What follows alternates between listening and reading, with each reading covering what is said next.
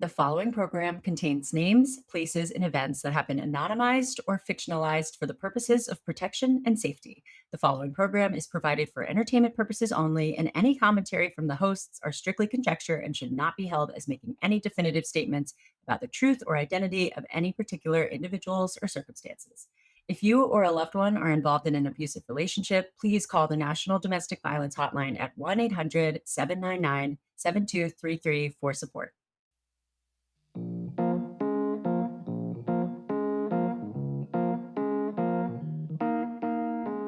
Happy Monday! Happy Monday! I love Mondays. Hannah, Hi! dude, we had so many new Patreon subscribers. You guys, thank you so much for supporting us. Last week it just was overwhelming, and it was a great little push because we had such a good episode for that CIA situation. And anyone who listened to it, we want to hear your thoughts. Thank you so much, you guys. And if you have questions, some people have been in the chat wait, how do I find stuff? Just let us know. We'll help you navigate new Patreon world. And you know what I love is that when you post in there, the other Patreoners are just so kind and responsive. And it's like a big family. I love it so much. Well, I love my mom was in there asking for dating advice last week. Mama Hannah. Everybody was like, Mama Hannah, do this, do that. It was perfect. And it's truly the best community. I love our little community. Thank you guys so much. Our sleuthies that joined a Patreon. We're so grateful. So we have another new guest for you guys today. And I'm really curious to know what questions you guys are going to have for her, because I know that I had a lot. So I think it'll be great to hear from her. It's definitely something that I don't think we've had here on the show yet. No, Piper is you're going to love her, great storyteller and very vulnerable. You'll know what we're talking about. I mean, it's definitely just a taboo subject in some ways, but it's very important to hear those stories. And she's awesome. And man, I can't wait for people to hear it. And guys, just to let you know, this is a 2-part episode. So we're sorry. We're sorry, but not sorry. It's worth it. It was so much. We wanted to do it in one. Every time we do a 2-part episode, it's because we don't want the story. We want you to get all of the story. So just know it's for you. Just to be clear, we want to be able to just have these totally unedited and you get all the raw stuff. But for the sake of anonymity and for the sake of, safety and for the sake of just giving these guests are so vulnerable. And so we want to give them the opportunity to tell us their story, but then say, oh, wait, you know what? I didn't really want to share that part of my story. Can we cut that out? And that's really important to us, that we give that safe place to them. Yeah. So thank you guys for being so understanding. So anyways, it's a 2-parter, but it's fine. We want to give you the whole story. So we're excited for you to hear it. So yeah, let's go. Let's hear what she has to say. You guys are going to love her.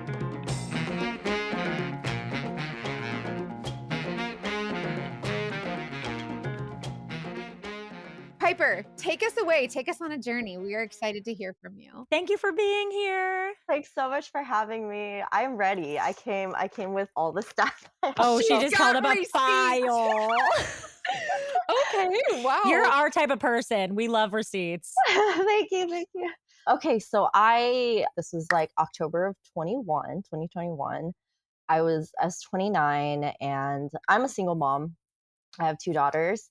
And I was dating around at the time, not really looking for a serious relationship, but also not opposed to anything magical happening. I'm the type of person, I don't like definitives, or more of a whatever happens, happens, and whatever life brings me, I'll embrace it. A little backstory, I'm an aerial and pole dance instructor. Oh, that is so cool. I've seen that. Yeah. Wait, can we come? Can we do one? My big old butt break the pole. Yeah. I think you would be beautiful. You'd be you and your flowing hair, Mackenzie. I want to see you in an aerial flying thing. I've always wanted to. That'd be so cool. I'm just imagining all the hair flips on you. You would kill it. My extensions would get caught under my armpit. No. And I always say pole dancing is for everybody.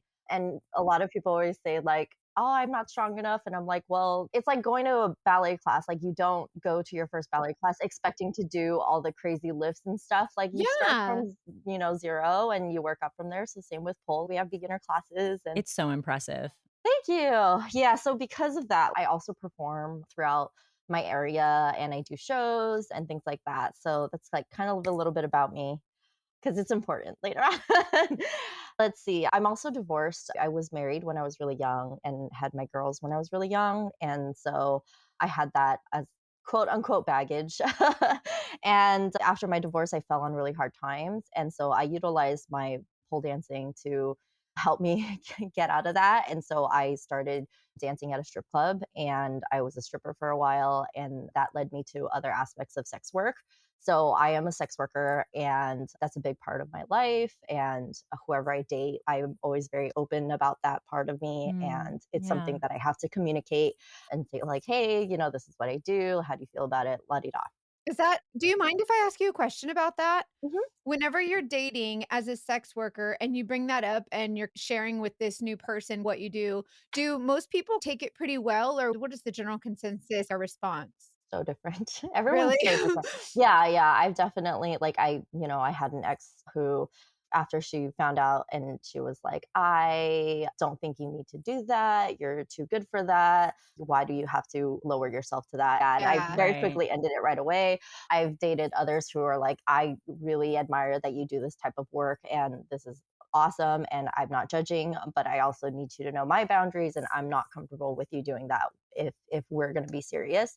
And then I've also dated people who like no judgment will continue to date me while I'm doing sex work. So Wow, so across the board, it's just okay. Are there people who like it too much? I feel like there would be people who are like, ew, like and make it yeah. like really gross.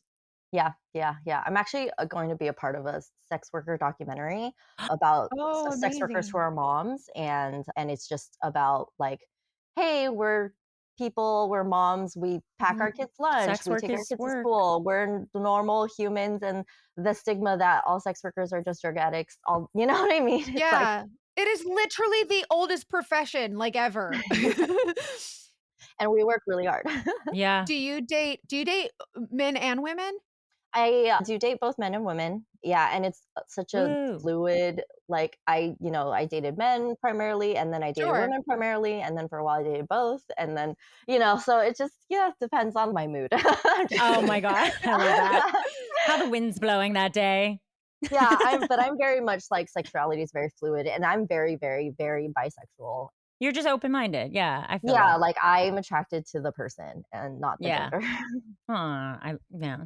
I'm so thankful. Thank you for being here and being so vulnerable because I think it's Aw, thank important to you. hear your story for sure. Well, And it's important to share also because there's not a lot of education or information Mhm. out there regarding those things. It's just so very black and white for people. And Yes. so I just think it's interesting to hear from someone who is actually in your position who Mhm. that's like sharing those things is going to be so eye-opening for so many people. So Thank you for saying that. yeah, of course. So it's hot outside, and your nighttime bedroom temperature has a huge impact on your sleep quality. Just ask my husband. He knows because he sleeps and sweats.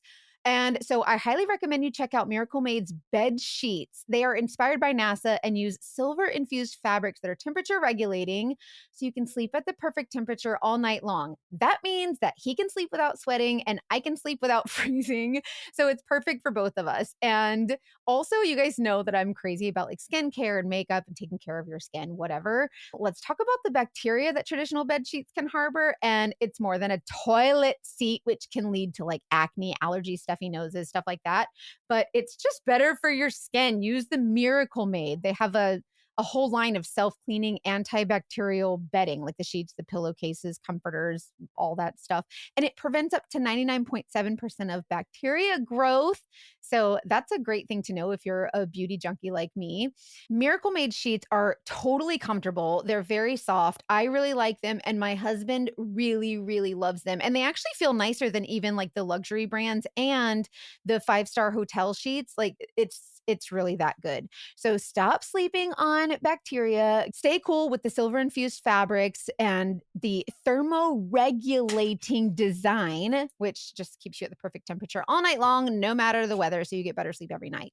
Go to trymiracle.com/TDD to try Miracle Made sheets today. And whether you're buying them for yourself or as a gift for a loved one, if you order today, you can save over 40%.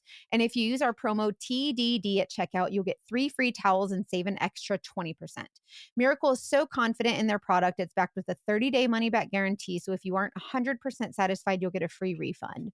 Upgrade your sleep with Miracle Made. Go to trymiracle.com/TDD and use the code TDD to claim your free 3-piece towel set and save over 40% off. Again, that's trymiracle.com/TDD to treat yourself. Thank you, Miracle Made, for sponsoring this episode. Really quick, I got to talk to you all about Quince because you know we love Quince. If you're new to our podcast, Quince is one of our amazing sponsors that makes shopping for clothes and accessories much more affordable and really, really, really high quality, easy. Like I'm constantly blown away by the products I've gotten on Quince, and I'm going to tell you about some.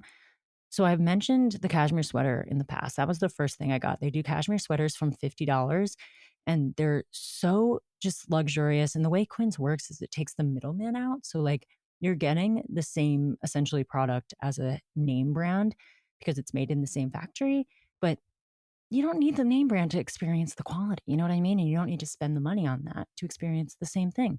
So I got a cashmere sweater and then I got a bag that I had my eye on for years. And my mom had the bag from the name brand. My brother's girlfriend had the bag from the name brand.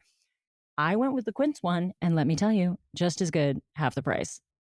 I love that bag. And I recently got a band for my Apple Watch. If you get the band from Apple, it's so expensive. And I get so many compliments on this, and it's just really chic. And I was obsessed that they even had that. I got a gift for my boyfriend for his birthday. I got something for travel. They have travel bags and accessories. They have every clothes you want, pants for every occasion, silk tops. You got to go on the website because you'll find something that you want but don't want to spend absorbent funds on as you don't need to. All Quince items are priced 50 to 80% less than similar brands because they partner directly with top factories. So Quince cuts out the cost of the middleman and passes the savings on to us.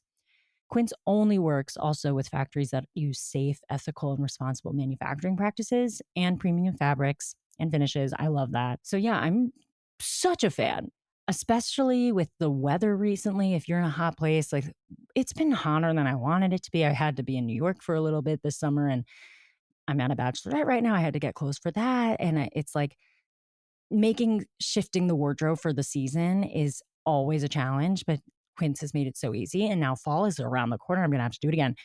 I'm ready though. I'm not worried about it. And I don't have to blow my budget. Make switching seasons a breeze with Quince's high quality closet essentials. Go to quince.com/TDD for free shipping on your order and 365-day returns. That's QUINCE.com/TDD to get free shipping and 365-day returns. Quince.com/TDD. And all this information will be in the show notes. Back to pole dancing. We love it. Yes. Well, okay. So I go to this Halloween party in October of 2021. And I was at this Halloween party with a group of I was a part of this Asian, lesbian, sapphic social group in my area. And so Slay. we were there. Yeah. So we were there just socializing. And it was funny because we're just every person that we saw that was Asian, we wanted to go up to them and get to know them, be like, hey, do you want to join our social group? We do lots of events, we do get togethers, we party and we also do wholesome things like board game nights, just to connect and have a fun queer community. So that's what we were doing. And so I was going up to everybody asking them oh, what are you dressed up as? Getting to know them. And it was just a fun time. And I met this girl and she was very cute. Right off the bat, she had this really cute K-pop boy band, idol type vibe, and she had these angel wings on. And since we were scouting for more queer Asian women to join, I just started talking to her and very quickly we vibed and we connected my age, her age, because I look really young for my age. And so I was like, oh, guess how old I am? Like, la da da. It's always this fun thing. And I was like, yeah, y'all also never guess, like, I have kids. And most people don't believe that I have children. They're like, wow, you look too young to have kids. Yes, you do look very young. Thank you. And I was like, yeah, I have 2 daughters. And she was like, oh, how funny. I have 3 cats. I know it's not the same thing. So it was like a very like meet cute kind of thing. And I find out that she lives in Phoenix and I'm in San Francisco, and we were in San Francisco. So we just start to chat back and forth after the party. We're texting, messaging each other a lot, and we start very casually dating because I was like, oh, this is long distance. This is going to be fun, casual. She's originally from SF, so she comes to SF pretty often, and she has a lot of friends in SF. So she was, Sounds perfect. constantly back and forth. Yeah. And I was like, oh, whenever you're in town, like, we'll just hang out. That was like my attitude. So it was her birthday a couple weeks after we met. And she said she was coming back to SF to visit for her birthday. So we hung out more when she was back in town. And it was just a really, really nice, fun time, fun conversations, and just learning more about each other, like the whole, like, what are you like? What do you like? Like all the things. Yeah, the get to know you Was it like basic really stuff. flirty, or like it had crossed the friendship line? You guys were like, we're into each other. Yeah, Okay. because it was very, very like obvious that I was attracted to her, she was attracted to me, and so there was sexual chemistry. So we were very flirty, but we also like very quickly had some deep, meaningful conversations too, sprinkled into like the fun and flirtiness of Yeah. it. Yeah, so that was really nice. And I know you said you look younger than you are. Can I ask like what your ages were At this time, when you met? yeah. So I was 29 at the time, Okay. So you're and still young, super young. or 30. I think I was, yeah, 29, or yeah, I was 29, and she's 2 years younger than me, so she was 27. So about the same age. Yeah, yeah. And then I want to say like a month into talking, she invites me to stay with her for a weekend in Phoenix. So I was like, okay, I'm down. Like, I go. And she wines and dines me. She takes me to see the best shows. She like introduces me to her cats. She even spent the whole night prior to me arriving, making sure her place was clean and nice for me. So yeah, it was just like a really fun weekend of being like kind of just like treated nicely by this really cute girl that I was like very attracted to. And I opened up with her about my sex work, and she was very accepting and very supportive. And I was just like, wow, because prior to her, I know we talked about this earlier, but like prior to her, I had only had partners that wanted me to quit it. Mm. Yeah. And so she was the first person that was like, yeah, I don't care. You can keep doing it while we're dating, even if we get serious. Like, I'm not judging. Like, you do you. You got to make your money. Like, go get your bag. And I was like, wow, this is Wow. amazing. I've always been asked to quit it. And I've always like done that for my previous partners. I've always given up my sex work while I'm in a relationship. So I thought I was about to do that again, if Wait, we what are job if we did you got do serious. instead of sex work then? Like what did you do for income if you gave it up? So I'm still teaching pole and teaching Oh, aerial. okay. So you And just so, didn't have that. yeah, so I do, Okay. like I'm just hustle, like very hustle mentality. I do so many of everything. I also do weddings, and I work on sets, and like I do like a plethora of things, but A multi-hyphenate. Yeah, so you still had yeah, income. Okay, that makes yeah, sense. yeah. So my main job is teaching dance. But on the side, I did do sex work to supplement my income and Sure. all Yeah. these other random gigs. And then So I just want to hear about like the conversation of bringing it up. Like, so it sounds like you brought it up after like 2-ish dates, maybe when you're like getting more serious. We talk a lot about like when to bring up certain things, whether it's mhm. like your divorce, your whatever it is that you're Your carrying that time you're in worried to prison, like tell. whatever. Yeah. And like how to Yeah. do that. And I feel like from your perspective, like you probably have feelings about when you would want your partner to bring, for example, sex work or prison, whatever it is, up to you. It sounds like you like have experience, like having to share something that you know is going to be taboo. That's so Yeah, hard, and I but think for me, because I already teach pole and I already teach, aerial and things that can it's be not seen totally as, out of the blue. yeah, yeah, Yeah. and I'm very open. Like, hey, I used to be a stripper, and now I do. Like, I had OnlyFans for a while, and then now, at the time when I was dating this girl, her name's Izzy. When I was dating Izzy, I was like, hey, I am still actively like escorting and sugaring. I just need you to know that. Like, So it was like straightforward, easy. That sounds like the mhm. best way to go about it for sure. Yeah, yeah. I'm not like gonna, I'm gonna be very open about who I am right off the bat. I mean, it did Good for take a you. few like times of chatting to be like, hey, I actually But you're really setting an kind of vibe. expectation kind of too. Like, I don't want to hide anything. Yeah. Yeah, It also shows you like are confident. You're like, I know my worth and this is who I am. And I'd rather find out now if you're not up for it. yeah. Earlier than later, sooner. Yeah, sooner than later. So yeah, she was just very sweet, like very charming, and I just was like kind of enamored. And so we just keep talking for a while. So it's October, and then early November, it's her birthday. She comes, and then like mid November, I go to Phoenix to spend a weekend with her. And then after that, we start to hit the holidays. And it's magical and beautiful and feelsy. And you're just like feeling things, because the holidays are a very feeling time. Yes. Time full of feelings. You want to So, cuddle by the fire and have your yeah, hot yeah, chocolate together. yeah. And so, she's busy with a lot of holiday things and traveling, and so am I. And she starts to bring up that she wants to move back to SF. And I was like, oh, okay, cool. She's like, well, she's originally from SF. Her family's from here. She started saying really concerning things that like her landlord was really creepy. Oh And no. he would go into her apartment while she wasn't there without like her permission. And What? then, yeah, I was like, I was very worried. And I was like, that's not okay. It was a lot of those stories. And she also said that she shared internet with her neighbors, and her neighbors would shut her Wi-Fi off for no What? reason, or Ah, like wow. shut it off. And she'd be like, this is so frustrating. Like, I have stuff I need to take care of, and my Then get landlord's you weird. she Like, I need to move. So, like, I was very worried for her. And I remember just being like, yeah, I do think you need to get out of there. Like, this isn't safe. Like, this feels really weird. And she wasn't in the best part of Phoenix.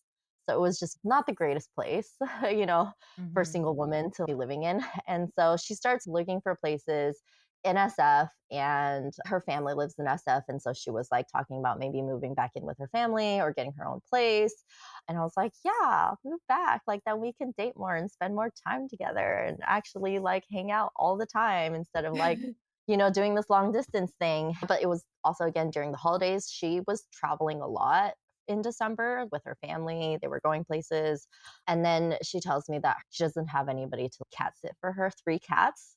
So she was like, yeah, like my sitter fell through, and the other people, they're also traveling. Like, no one can cat sit for me. And I was like, well, I'm going to be here. I'll cat sit for you. I don't mind if you want to drive the cats to me. And like the next time you're here, because she was going to come back to SF and then leave with her family on their trip. And so I was like, okay, well, when you come, like just bring the cats, and then I'll cat sit for you. And she was like, oh, great, let's do that. So I cast it for her for 3 weeks while she's gone. 3 weeks. Are you a I was cat like, person? 3 weeks. I was not an animal person at all, but I do Oh, like wow. cats, and like, yeah, so cats I was okay with. I was slightly allergic, and I Me was too. just like You're like, willing to. I'm a it's very totally like, fine. I'll just She's like, I'll really do it pretty. for you. Yeah. Exactly. And I was like, okay, I'll cat it. But very quickly, like, I fall in love with these cats. They're amazing. And then now I'm like a huge cat lady. So Oh.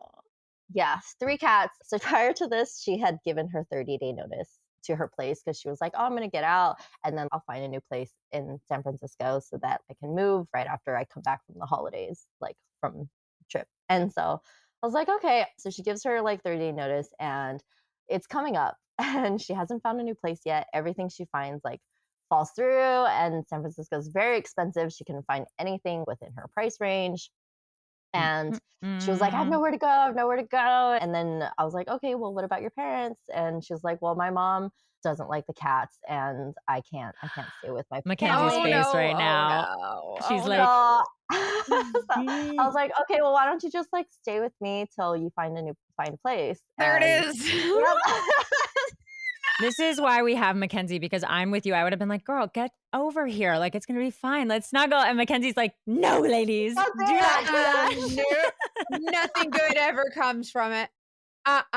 Yeah. So we move in, or she moves in with me.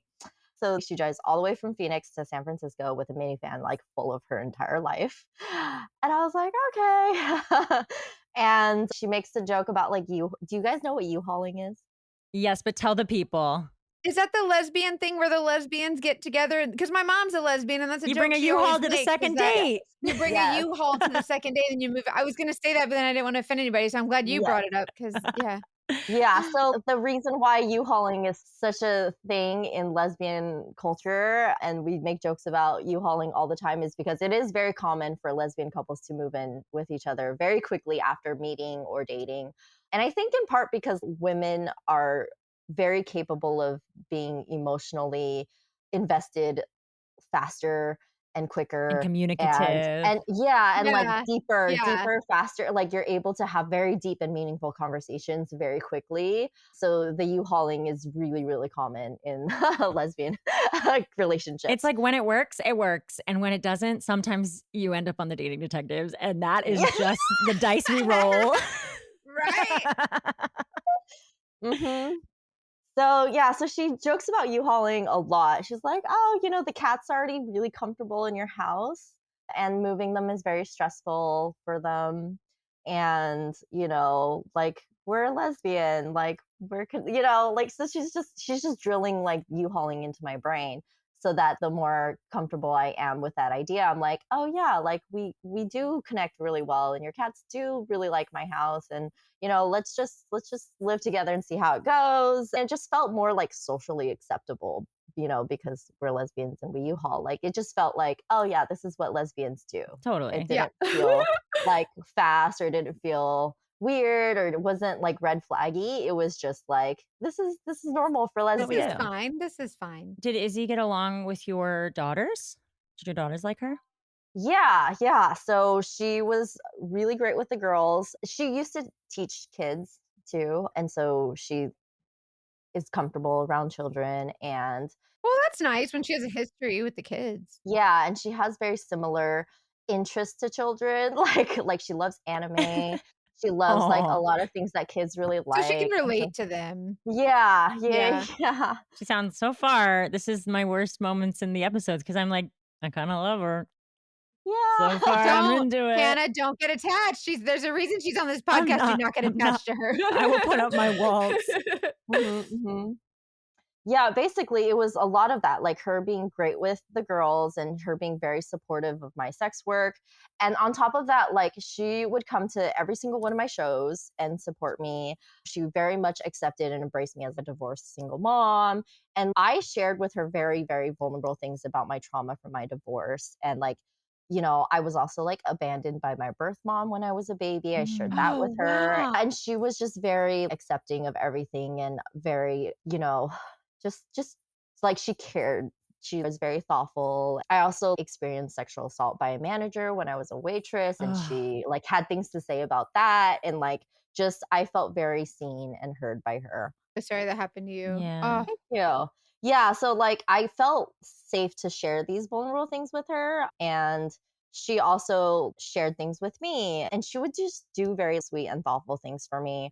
She, for instance, like my birthday was coming up in March, and she bought passes for us to a local theme park so that we could go all the time. And she always said that I was like super hot. She's like, "You're so hot. Like I can't believe I'm with you. Like I can't believe I'm with You're someone like, that's this stop. hot." Wait, say it Yeah, again. and I'm just like, "Oh my god." And so she was like constantly like wanting to take pictures for me. Wherever we went, she'd be like, "Oh, you look so good. Let me get a photo of you." Just wanting to show me off. Like it just had that vibe and oh, that must energy. have felt so Mm. good. Yeah, and I was just like, "This is so nice." I just felt so validated by her. It was just really nice to have someone in my Sounds like such corner, a like rooting cheerleader. for me. Yeah. Yeah.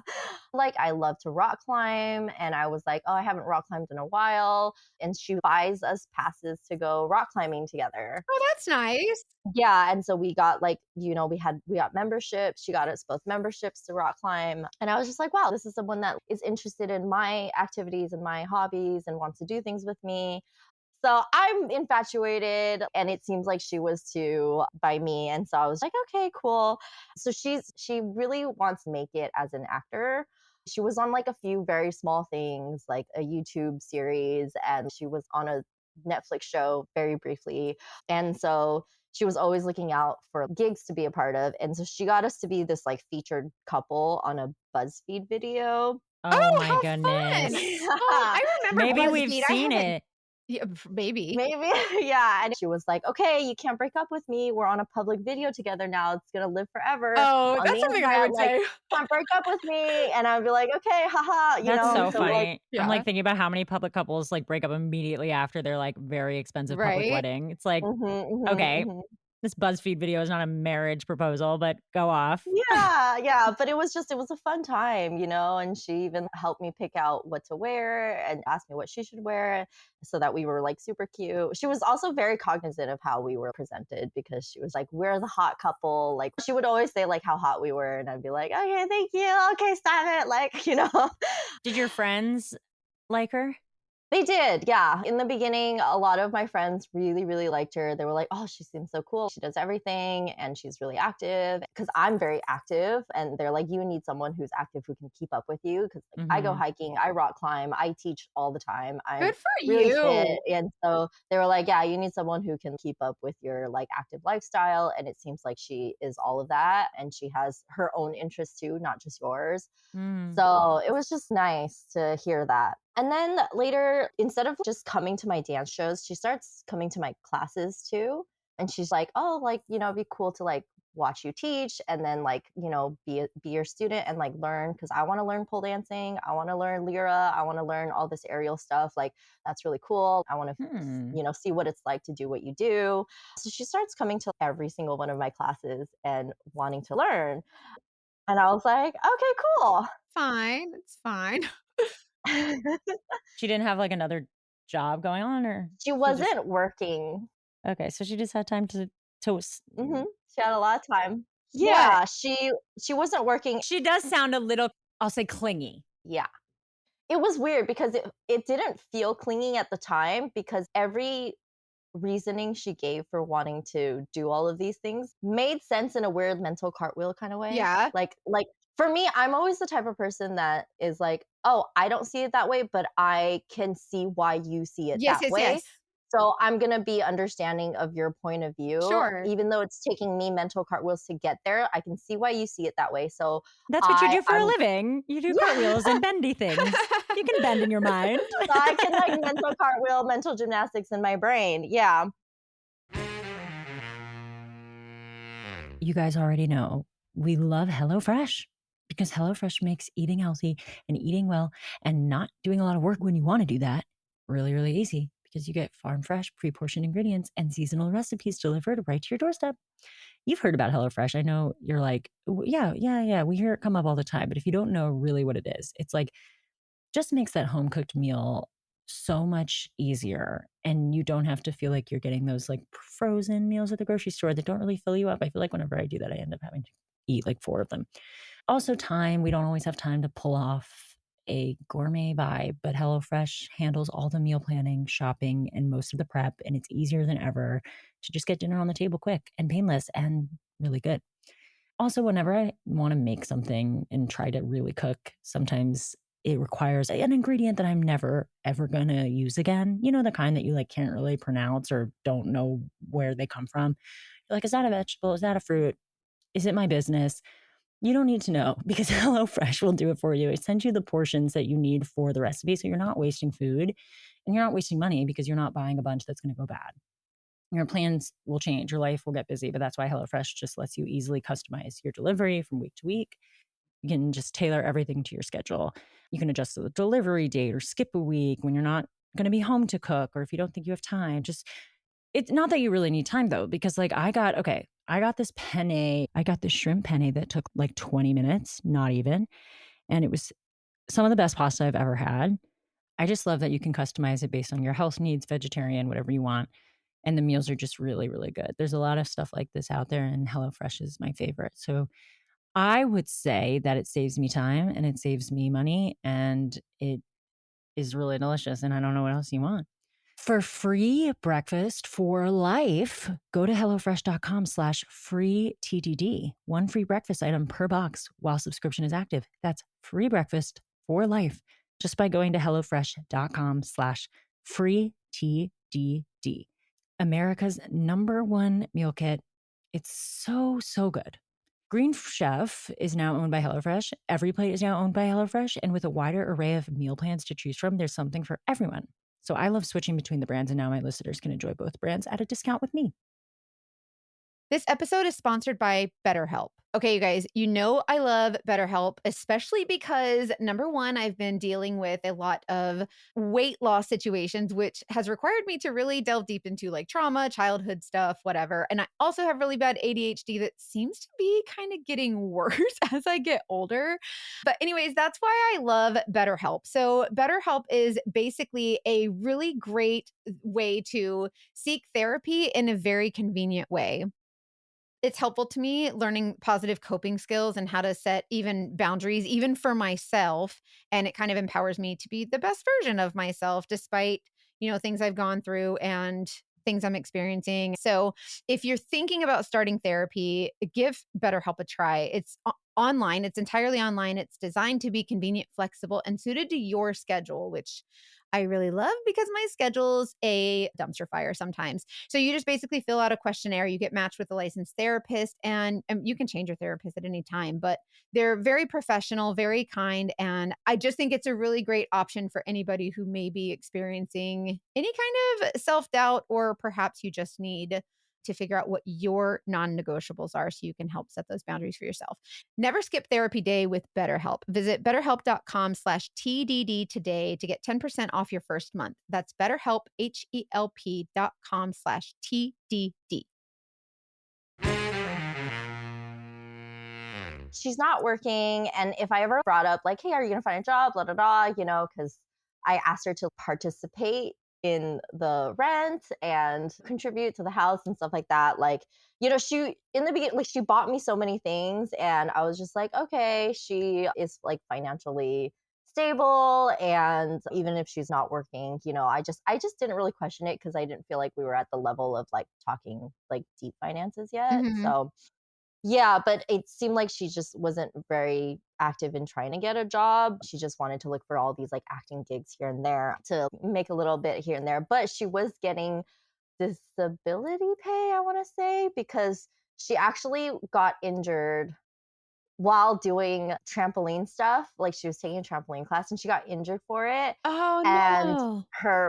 and she said her work made her continue to work even though they knew that she was injured. That So sounds like a she lawsuit of like some kind. yeah, and so she quit and she is suing them. And so she was getting Oh, monthly. good. Okay, so she's pursuing Yeah. that. Okay. Mhm. Yeah, so she wasn't working and her back was injured. And then this is when some of my friends would be like, "Oh, wait, she's injured, but she's doing all of these activities and going to your pole Yeah, classes." yeah, yeah. And That's what I I was was like thinking. I was like, okay. so I was like, "Oh, well, she goes to a chiropractor consistently and maybe this is her way of like keeping her body, Yeah, moving yeah. or yeah, like Hmm. agile. I don't know." So I would just like make excuses and I would come up with reasons because I, couldn't see it any other way. Of course. I've been there. I've been Yeah. there.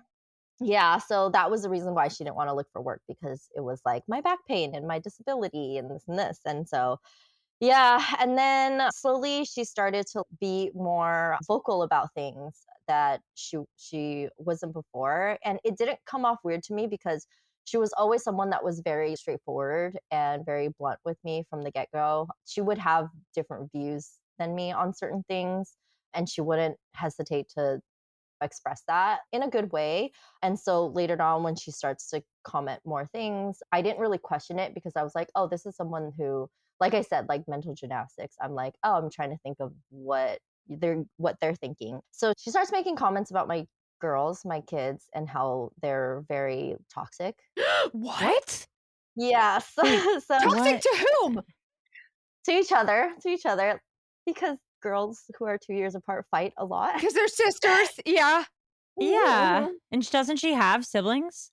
And she's like, yeah, I have 4 sisters. I know what it's like. Like, I can see that this is going to be really toxic in the future. They're not going to be able she doesn't have a good relationship with her sister, like one of her sisters, and because it was Oh, so very she was like toxic growing up for her. projecting a little bit. Yeah, yeah, and she was like, they're so terrible to each other, and she would criticize like my parenting sometimes, but like Mm-mm, in her own girl. way. And I'm an only child, like I don't have sisters, so I a lot of times I would go to my friends who do have sisters, and then also like I would go to Izzy and be like, hey, la da da, like what was this like? Was it like this growing up? Like Is this how much normal? Is this involvement? common? Yeah, and I'm over here thinking that sibling fighting is very And it probably normal, made you feel and like you were doing something wrong, like you're being a bad mom or something. yeah, and I trusted that she knew what she was talking about Sure. because I witnessed her relationship with her sister, and like met her sister by this time, and I was like, oh yeah, like I can see why this hits home for you. And it almost was like she cared about my kids so much that she didn't want my kids to turn out like her and her sister, and this is why she's criticizing in the way that she is. Mm, Hmm. that's a great way to put that because I feel like somebody could do that easily and be like, I care about you so much that I want to control what you're eating. I care about you so Hmm. much that I Hmm. want to Hmm. control your Yeah, friends. And she's then it becomes definitely controlling. crossing a line. That's interesting. Hmm. But in a way of like, I care about you and I care about the kids, and like you're an only child, so you can't And you recognize the respect her signs. opinion, like, 'cause this is I someone you care do. about. Yeah. I trusted her. Yeah. Yeah. And it felt like she was this wise person, and I was inferior, and she knew what was best because I didn't know. And she would bring up that like she's worked with kids for years, and she's witnessed kids of all different attitudes and personalities and behaviors, and so she can see. So my kids were very problematic for her, and I was just like, oh, like she was like, telling me I needed to be more strict. And I needed to be more like disciplinary. And sorry, I laugh when I'm uncomfortable. No, it's making me Oh my God, uncomfortable because same. don't tell me how to mama. Mhm, mhm, Don't. mhm, Like, that makes Yeah, me the so mad. audacity. No, I get the audacity. Like, don't. Do not mhm. step on my toes as a mama. No, ma'am. Sorry, go ahead. It was very hard. Yeah, That thank must you, have been thank so you. difficult for you because this is someone that you care about. Like, this is someone that you've, decided to share your space with, your life with, and, like, Your now they're children with. yeah, and of Mhm, course, mhm, you're probably like, "Man, like, of course she cares about me, so, she's mhm. not gonna steer me wrong," but also, like, she's kinda judging my parenting, like, and this is someone you wanna Yeah, I would believe. feel so embarrassed if it were That's me. it's a I was, yeah, and I think that's what it was, like, it was a lot of embarrassment and yeah. feeling But it's inferior your and pride. trying to, Mm. like, do something that she would be proud of, and, like, be a mom that she would Well, be and proud being a of. mom is something you take pride in anyways, and then when someone says you're doing it wrong, it's like, that is the most rewarding job in the world, and then to say that Mhm. someone's doing it wrong that's a bad feeling. That must have been really hard for you. I'm Yeah. so sorry. Oh, it's okay, thank you. I'm doing better. Okay, and then I think there was one moment where I kind of like mentioned in passing I had like a fling with my neighbor. It was like a very casual, not serious thing. It happened during COVID because like nobody's going out. And so it's like my Proximity wise, you're neighbor. like, we're Yeah. in the And it like, bubble, might as oh, they're well. right there, And I didn't think to bring it up because it was such a casual thing, very short lived, like a month. And me and my neighbor were on very good terms. The neighbor had a new girlfriend. It was so short lived. And she got visibly upset about it. I was like, I didn't know this was going to be a big deal. And she was like, you didn't think about my feelings when I moved in, and now I have to see your neighbor every Oh, for day. the love of And the lamb. This was yeah, before you knew her, right? Like everybody has a yeah. And I past. was like, I can't go back in time and like control that. No, But that's mhm. absurd. Yeah, and she like asked me what like my deal breakers were in a relationship. And this was like a joking casual conversation. This is a separate conversation. Like we're joking one day, and I was like, haha, dating younger women. But I'm dating you now and you're so amazing. And she yeah, because she's younger than me by 2 years, she took it really Oh, personally, Lord. and she like started to kind of like attack me and brought up what her deal breakers were, and she was like, well, my deal breakers were never dating anybody with kids. Okay, I mean, well, And I was like, oh, but I told you the first night we met that I had children. She was like, yeah, and I'm dating you. Like, you should be grateful. Oh, thank you so much. Oh. Thank you. I'm so forever grateful. Did you bow down and, like, worship her feet right there in that moment? Because you Oh, should have. Good grief. so I just felt so shitty, and I, again, trying to do mental gymnastics to kind Sure. of understand where she's coming from, like, "Oh, she must be so hurt." Like, me telling her that I wasn't gonna date younger women must have really hurt her feelings, and that's why she, like, responded Of this way. course. She And, was like, my hurt. whole yeah, and I'm the type of person that's I'm always gonna give you the benefit of the doubt, Yeah. and our entire relationship, I was always like, she just never learned how to communicate well and express her feelings properly, so she says these mean things that she doesn't mean, and I would just repeat that over and over in my head every time she said something mean. You're like, "Oh, she doesn't mean it." She doesn't know how to let it out. Yeah, she doesn't know how to express herself kindly, and she doesn't know how to communicate in a way that's, helpful. So, Yep. like, I just gotta hang in there. I'm gonna teach her how to communicate in this way. And so that was just my thoughts the Sure. entire time. Mhm. There was one day where we were driving to her family's house, and we were like holding hands in the car, and then my phone, and then I would like let go of her hand to like go on my phone. And very quickly her demeanor changed and shifted, but I didn't super notice or pay attention. I was just like dealing with something on my phone. And then after I was done dealing with it, I just started to scroll and be mindless on Yeah, my yeah. phone. As we all Yeah, do.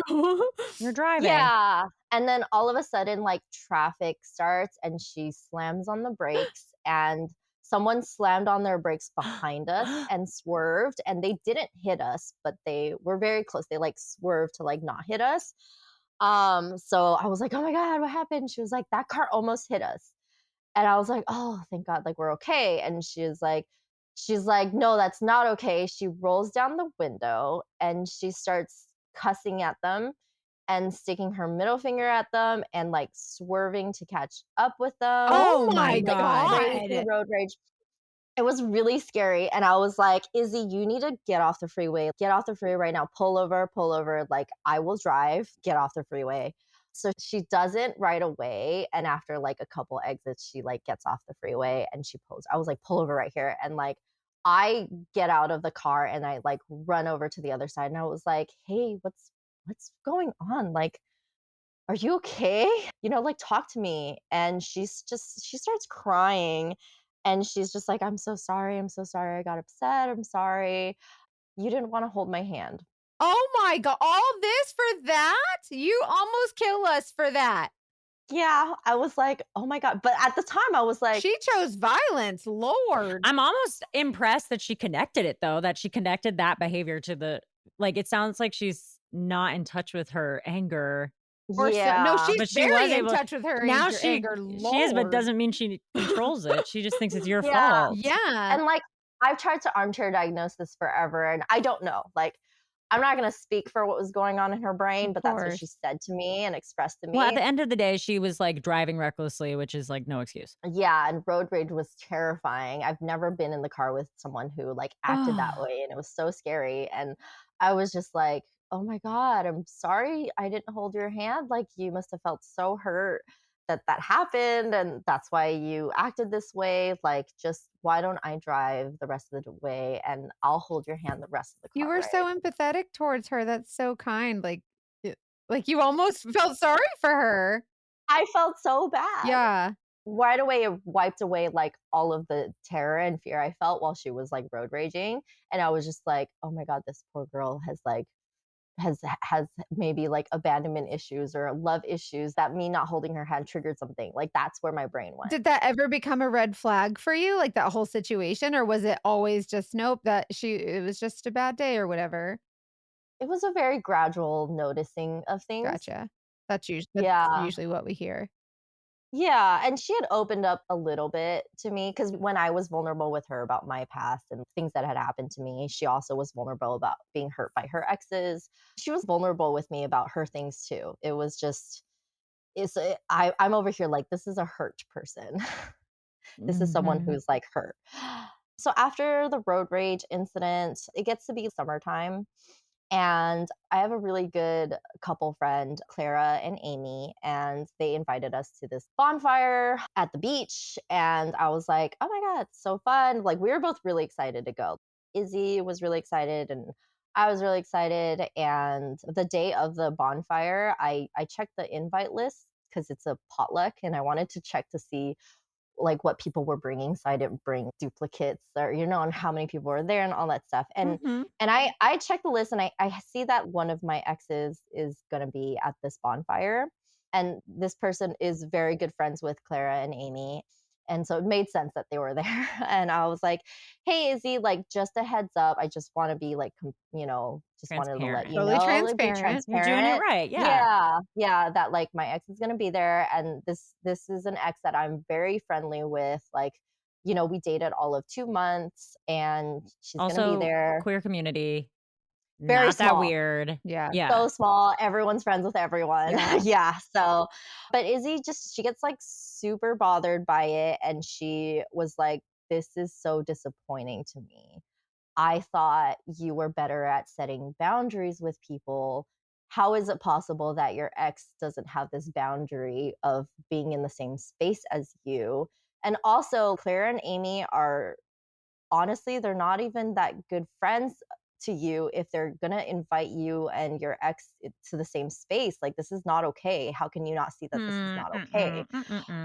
She was like, "I thought you were an adult. Like, you can't set boundaries with people. Like, this is very eye-opening for me. Like, I thought you were better than this." She was just so bothered. She was like, "Your ex has the audacity to show up to something that we're gonna go Oh, to." I love that bless. she's blaming, like, if you don't want to be somewhere with your ex, don't go. If you don't want to be there somewhere with your partner's ex, you don't go. It's not Yeah. for the other people to not go to the party or invite their friends to the party. Yes. Like, they're allowed. They're allowed to go.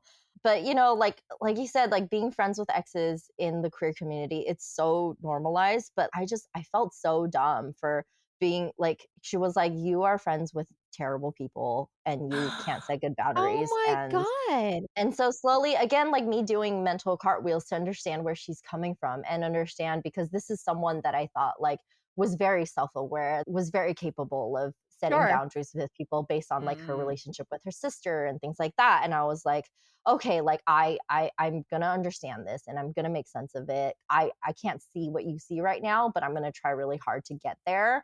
And so I start distancing myself from my friends because I'm like, yeah, if I'm surrounded by these people who are bad for me, then I'm not gonna grow. Hmm. So Oh, I'm just like, okay, I'm not gonna be around them, and I'm gonna start to just surround myself with positive people, people who are gonna not bring me toxic energy and not put me in toxic situations like being around an ex. Like that's where my brain Oh man. went. Yeah. And anytime we like had in disagreement or an argument like this, again, I'm the type of person who's always going to want to make things work. Like, my mentality was always like, you are someone that lives in a world that I didn't grow up in, so I'm not one to place judgment on you. mhm. And anytime a quote unquote red flag would arise, like I would accept them because I felt like this is someone that's so rare, someone who's accepting all of me and my sex work. You're taking her at her word that this is just how she thinks, and you're trying to accept that. Exactly, and I'm just, like, again, always doing the mental gymnastics to understand her point of view, so I would Oh. always wanna make things work, and I would make excuses for everything. The way you just put that of like somebody who accepts all of me and that's rare. I actually made a note of that. Just there is that universal feeling of like no one else is going to like me or accept me for Mhm. whatever it is that I think is not okay. Right. So you make extra excuses for their behavior, which is so normal and so sad that we do it, because I want you to live in a world where you don't have to worry about people being like, "Oh, your profession means that you're a deal breaker immediately." But I know that's the world you've experienced and the world you live in. And I totally, totally get why you would be like, Yeah. oh, let me just make this work, even though, yeah, it's not perfect. Yeah, so I'm just like, would consistently try to, like, settle and settle and settle because of all these other things. And it was just again, it was like a roller coaster. She would pull me down, and then she would lift me up, and she'd pull me down, and she'd lift me up. So I was just, She like, would be the addicted to problem, this but then she would constant always be the solution. solution. Yeah. Ooh, good Mhm. point. Mhm. Yeah, so a lot of those hurtful things she doesn't mean, like, I just be like, "She just doesn't know how to express it, so she says these Bless their hurtful heart. things," like Yeah. yeah, so she started to say a lot of things, like I wrote I wrote these down. She would say, Receipts. "You drag me down, You hold me back. You embarrass me. Oh, I can't no. stand you. Oh. I don't want to be with someone who's not an adult. And you ruin my life.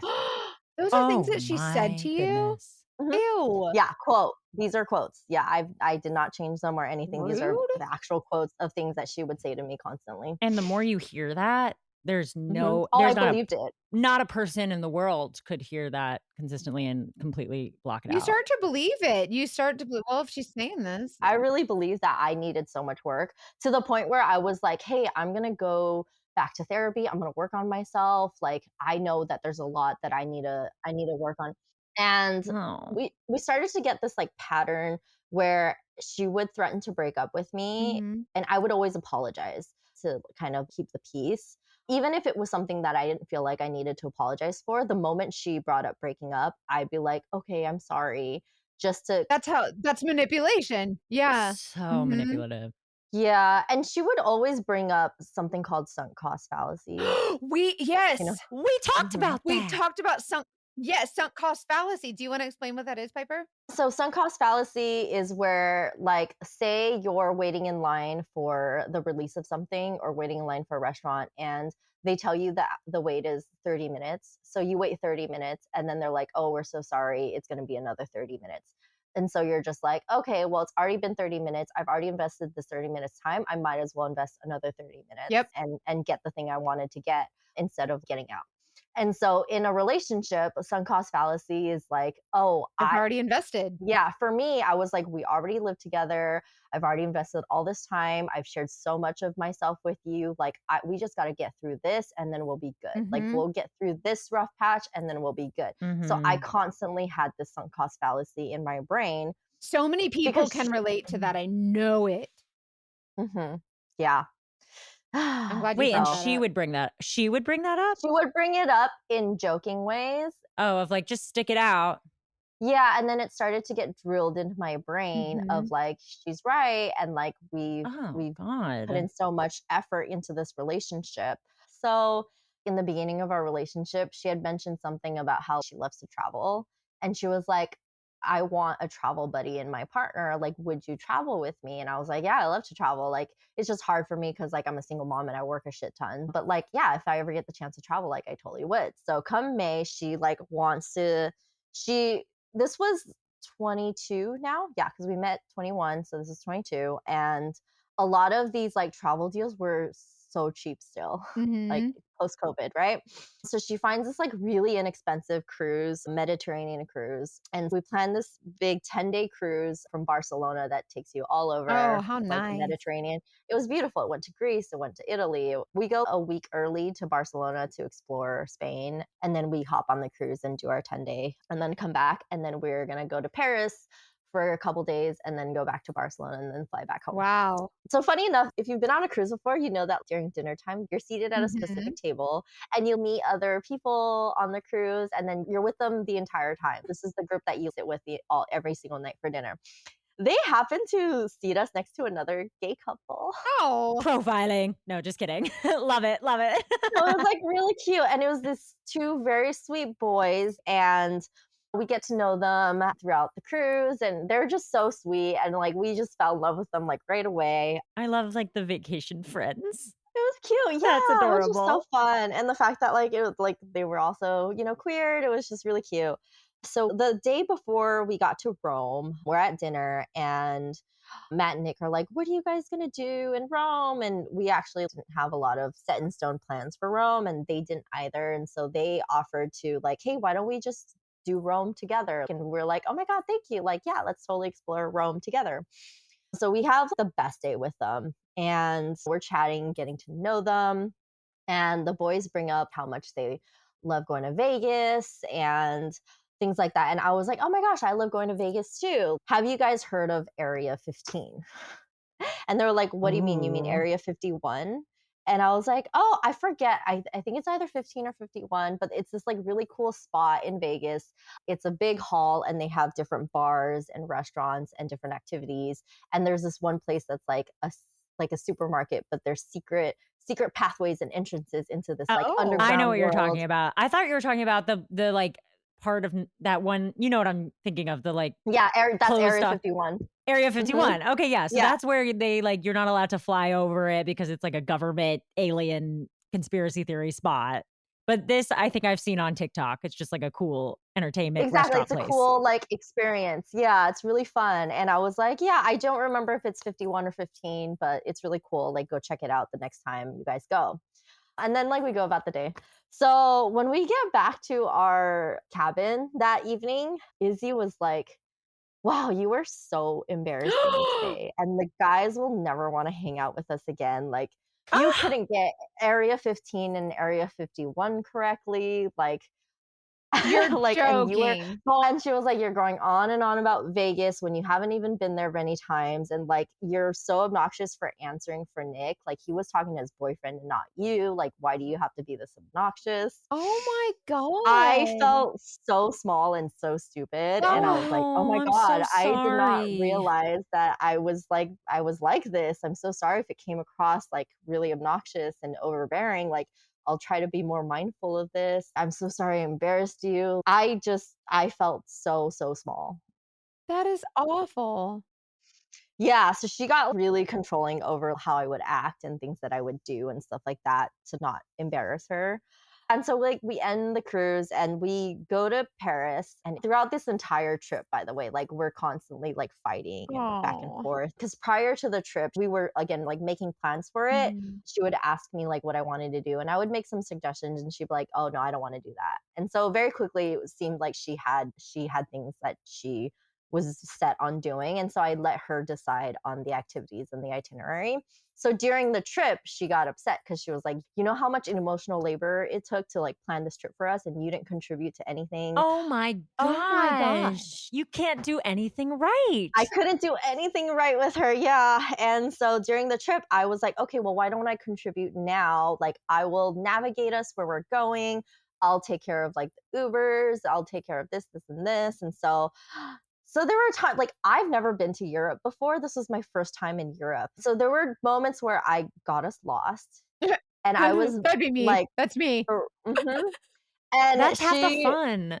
yeah, and like so I would just try to navigate us, and I'd get us lost, and she would just get so mad at me like, wow, you're so irresponsible. This trip is really opening my eyes to how much I can't count on you for Oh my, anything. And like, I really need to be with someone who's actually an adult and not going to get us how lost on a trip. rude. Then leave. Then leave. Go Ew. home. Mhm, mhm. Go do whatever stuff you want to do in Paris, whatever boring museums you want to go see. I know. It was the worst trip. I'm so sorry. But honestly, it was like the worst trip ever. Yeah. Like, I loved exploring Europe and I loved eating, but like I had the most miserable time because We will but take you back to okay. Paris. I think we have to go to Paris. Right. Oh, thank you. But also it was just like again roller coaster, right? Because she would tear me down like this, and then she would be like, "Oh my God, this trip is so amazing! I'm so glad I'm here with you, making memories with you, and I wouldn't want to be here with anybody else." And so it was just like up, down, up, down, up, down of this like hearing all these nice things of like, I love that I'm here with you, and then hearing like you're so irresponsible for getting us lost. And so I'm Oh, over here like, okay, well maybe she just gets stressed when she's traveling. Maybe she just like if Yeah, when she's maybe. really stressed out traveling and wanting to do all the things, like then she says mean things that she doesn't mean. Again, making more yep. excuses, right? Making more excuses. Yeah.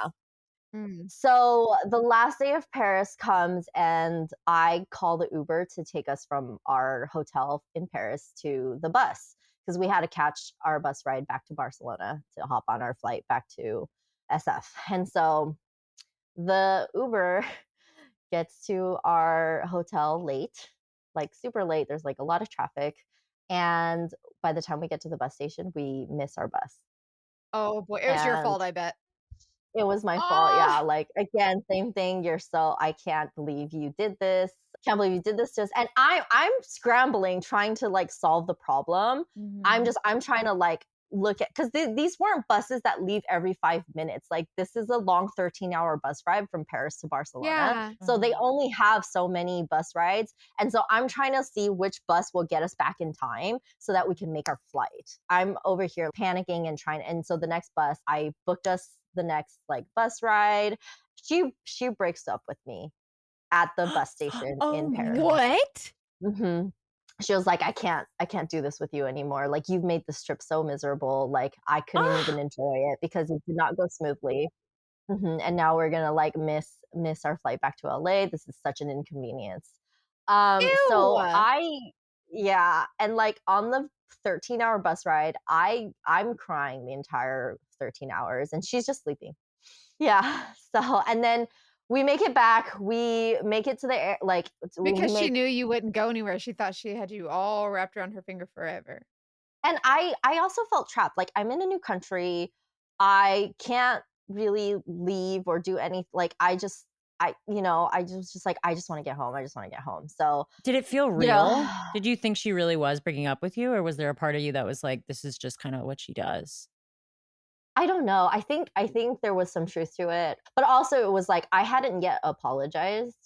And so I think Right. it was like she would break up with me until I apologized, right? So I hadn't Mhm. apologized yet. So we make it back to home and her mom picks us up and Izzy's completely normal, like acts like nothing Of happened. course.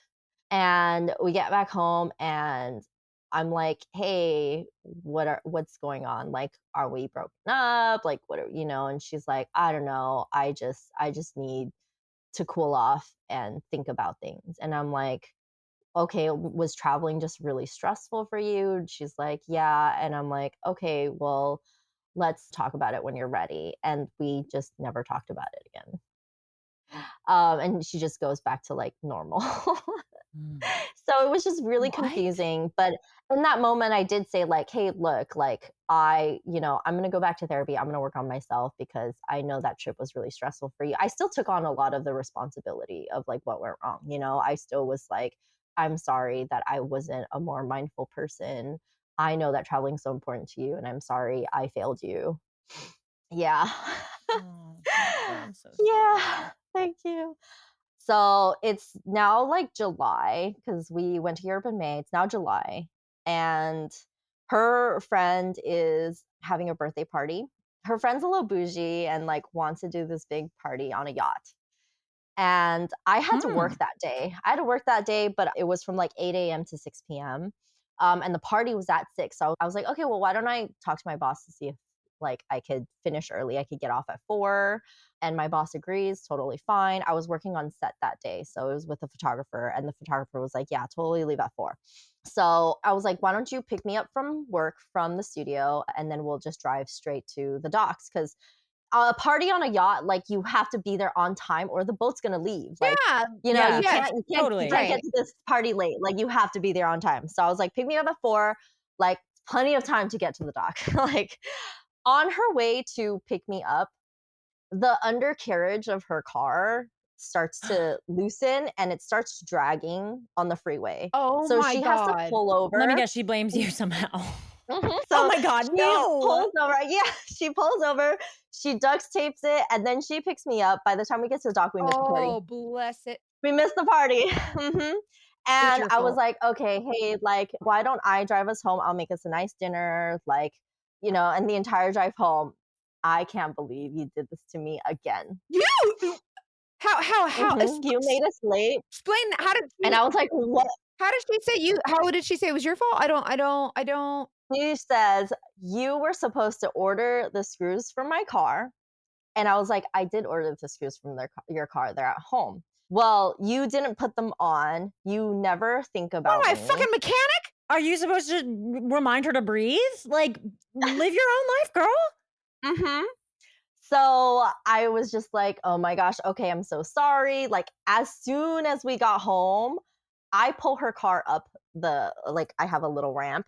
So I pull her car up the ramp. I get under her freaking car. I fix the undercarriage of her car. And then after I'm done, I go inside, I make dinner. How long has it been at this point? It's been like So 7, we 8 met in months? October. Yeah, and this is July. Okay. Alrighty. Yeah. Oh, She got some damn nerve. yeah. And so when I'm done making dinner, she says, I want to break up. Again, like, so this time I like I was done with this tactic, making everything my fault. And I was so fed up. And I was like, I'm done apologizing. Mhm. So I was like, okay, let's break up. She said, okay. And Period. I was like, okay, let's break up. And I was like, I need you to move out. She didn't expect that, did she? Yeah, I was like, I need you to move out. And I think she didn't realize I was going to call her bluff. And so for the next 3 days, she refuses to leave my house. Oh my God. So she's like a squatter. Yeah, and so she begins to make me into this villain. She's like, "You're kicking me out. I have nowhere to go. I'm gonna be homeless. Do you want me and the cats to sleep in the car? Yeah. Like, I'm not gonna let my cats suffer in the car. I'm gonna have to take them to a shelter. I'm gonna have to give these cats up. Like, this is what Oh you're my doing. This is what you're doing to goodness. us." And I was like, "Hey, I'll take the cats until you can get settled and find She a said, new I'll place." take the Like, And then she's like, "You're stealing my yeah. cats." I cat sat She for would- 3 weeks. I can handle this. 3 weeks, Bye. yeah, and I was like, "I'm gonna offer to, like, watch the cats." Like, also, like, You're so welcome. I got very attached to one of her cats. Her name is Buttercup, and she's so cute. So I was just like, "Look, I'll take the cats until you get settled, like, find your own place or move back home." And she was like, "I can't move back home. My mom hates the cats. I'm gonna have to find, like, something, you know?" And then she was like, "I would never leave the cats with you. I don't trust you with them." And I Then was like, take them and "What?" get out. Goodbye. Yeah, I was just, but to turn me into this villain that I'm not, like, like insinuating that I'm gonna hurt them, you know, or that I'm gonna do Oof. something to them. Like, I was just like, what are you even saying? I could do the mental gymnastics, but at this point, I couldn't even cartwheel my way out of this logic of hers, you know? And so on the second night after we break up, I'm in bed and she's got the TV on full blast and she's this not a character, like worst roommate kind of vibes, you know? And I kind of like finally fall asleep and I get stirred to her crawling into my bed. I'm sorry. What? Yeah, and I was like, "What are you doing? Please get out of my bed. This is so uncomfortable. Like I don't want you here." And she goes, "Well, I'm fine in the bed. If you're the one with the problem, you go sleep on the couch." This is your home. I know. Oh my Who does she God. I was she like, "What is? the fuck?" Like my brain could not brain. I was like, "Who?" It was like talking to a wall. I was like, "You're not making any sense. Like, I just what is happening?" love It was how many so times she called you unhinged. a child. And She is no, so she was internally childish. panicking because you were done and she knew it. And she was like, oh, crap. Mhm. And then she was Yeah. yeah, okay. I think she didn't realize I was actually gonna call her bluff, and so she was doing Yeah. everything Yeah. she could to, like, gain back the power and control, and nothing worked. So she just spiraled. And anytime I was like, "I need you to move out. I need you to move out," she would just make it. She was like, "Why don't I just live in the garage?" And I was like, "No." Like, she was like, "I'll make the garage homey." What are Like, you, and I was like, fucking "No, Batman? you No, go get a fucking yeah." apartment. I was like, "You really need to move out. I am so uncomfortable. I can't even." And the same thing, she would be like, "Well, I'm fine continuing to live here and living in your garage. Like, if you have the problem, you should move out." And I was like, "Girl, you're not even on the fucking lease. Like, Is she this paying is so anything? ridiculous." It's crazy. Yeah. It was just awful. So, She got some damn nerve. yeah, I need to, like, take a breather. Yeah, no. Okay. We'll do it with you. I need it too. Mhm, Everyone mhm. listening in your car right now or walking your dog and like Take screaming. a deep breath with us. So then what happened? So then did she finally leave? What'd you do? Did you call the cops? What happened? So these 3 nights, like, she's threatening to take the cats to the shelter. She's all these, like, unhinged comments, right? The 3rd night, I'm gone all day because I don't wanna be home around her. So I come home really late, and I notice that she is finally packing her things, and I'm like, "Oh, thank God." Right? And so she's packing, and I'm like, "Hey, are you leaving tonight? If you are, like, turn in your keys, blah, blah, blah," you know, and she's just ignores me. She has like a sitcom on in the background and she's like packing and watching her sitcom. She's laughing at at the TV and she's just ignoring me and it was so infuriating. And I was like, okay, whatever. So I go about my evening and then I notice Buttercup is nowhere. Like I could not find Buttercup anywhere. Oh my Where was God. Buttercup? Wait. And I flipped the fuck out and I'm like, what did you do? Like, where did you take her? Ignores me, doesn't answer me. And I'm crying. I'm crying at this point, and I'm just like, because I fucking love this Where's cat. Buttercup? Yes. So I'm like, where's Buttercup? And I was like, please tell me, like, and I'm like begging her. I'm like, please tell me you didn't take her to a shelter. Please tell me she's not at some kill shelter or anything. And she finally responds. She looks at me. She goes, why? She's better off dead than with you. Oh my God. Oh my God. So I lose it. I so completely just fall apart. And I was like, you need to get the fuck out of my house right Yes. now. I start grabbing every single item that she owns and throwing it outside my house. Yeah. I was like, get out. You are not welcome here. You need to leave. Like, you just get the fuck out of my house. I'm throwing everything out the door. Like, I'm not proud of this because I don't get violent. Like, the entire time we always fought. Like, I never got violent. I never yelled. Like, this is the Let's only normalize not always having to take the high road. I mean, I okay? just feel, yeah, at this point, it's like you want to talk about boundaries. She's not like legally shouldn't be there anymore. Like invading your bed, your space, and then threatening an animal. Like I'm shaking. Yeah. So I was just like in pieces. I was falling apart. I was mad. I was throwing all of her stuff out of the house. And at one point, she's like in and out of the front door trying to like gather her things. And I'm throwing something out and it kind of just swipes her and it triggers her. And then she comes up to my face and she goes, hit me, hit me. Oh my Why God. don't you just hit me? And I was like, I don't want anything to do. Like, I don't even answer. I just like walk away and I just continue throwing her stuff out of the house. Oh my I think she was like trying to instigate a physical fight with me. Yeah. I don't know. And at one point she's outside the front door and I close it and I lock it because I'm like, just leave, Yeah. get out of my, I Yeah, don't yeah. want you in here. And she, she pulls out her keys because it happens to be in her fucking pocket and she unlocks it. As she's unlocking it to come in, I'm pushing against the door. She's pushing against the door. We're both pushing against the door. And finally I was like, so I let go and she falls to the ground. And then she starts like whimpering and crying. And oh my God, Mackenzie, you're gonna, your face. Okay. So she's on the ground. She looks up at me. No, she doesn't. Don't even say it. Say it. She looks up at me. She smiles. And then she slams her face into the ground.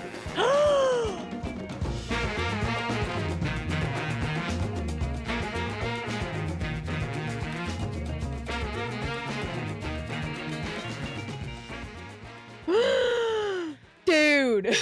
we know how you feel and how you feel about the fact that you have to wait a week, but just it's okay. It's gonna be okay. Dude. It's gonna be okay. Okay, so next week, we won't do a dogfish debrief this week. We're going to save it for next week, but oh my Lanta. I know I want to hear everybody's thoughts and we'll talk about it more towards the end, but thank you in advance for your care about her line of work. I think that her being vulnerable about being a sex worker and dating as a sex worker is a very important story that a lot of people can't share. It's very brave of her to share. And so I'm so grateful that we have such a supportive audience. Everybody's so not judgy. And I love that about our audience. And, because everybody has a story and everybody deserves to tell it. And we need to hear the rest of this story, but I'm sorry you guys for next week. Holy bananas. But it's you'll see. Just wait. Oh my gosh. You're going to sit on your hands.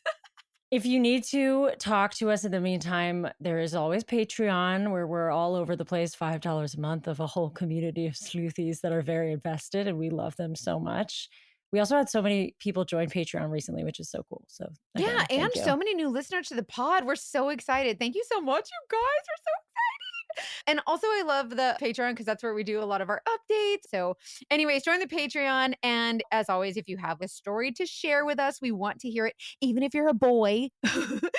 No matter who you are. We know there's some girl dogfish out there. So we want to meet them too. So Hannah's going to share the email with you. I got it. Investigate at thedatingdetectivespodcast.com. And in the subject, put details about your story. Don't just say like, I have a dogfish, because that part we know. That part we know and are ready Every for. single email says, I dated a dogfish. Yeah, we just need a little bit more. We need like Cliff's Notes keywords like fraud, scandal, cheating, arson, or something. Or emojis, whatever you gotta do. We just are trying. Molly's planning a wedding, y'all. We gotta make her life easy, okay? It's so true. But yeah, so there, and also all of our socials at Dating Detectives Podcast. Just come talk to us and let us know how you're feeling after this part 1. Yeah, and thank you so much for always sharing our stuff on your socials too, because that's how you get the word out about our podcast, and it helps our podcast grow and helps us to bring you more stuff. So thank you so much. And we love you guys. And until next time, trust your Trust your femtuition.